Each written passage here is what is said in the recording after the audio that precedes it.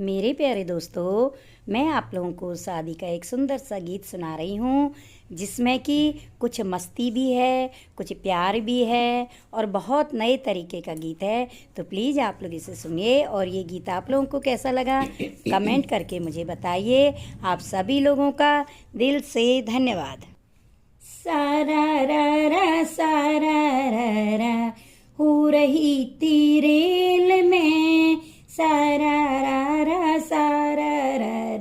हो रही थी रेल में, सारा रा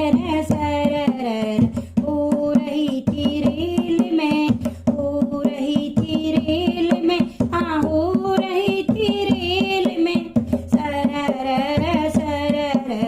हो रही थी रेल में, सारा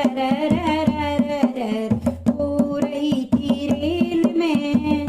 पहले डब्बे में सास ससुर जी बैठे थे, पहले डब्बे में सास ससुर जी बैठे थे, सास ससुर जी बैठे थे, सीताराम सीताराम हो रही थी रेल में, सीताराम सीताराम हो रही थी रेल में, हो रही थी रेल में, हो रही थी रेल में, हो रही थी रेल में, हाँ हो रही थी रेल में, हो रही थी रेल में।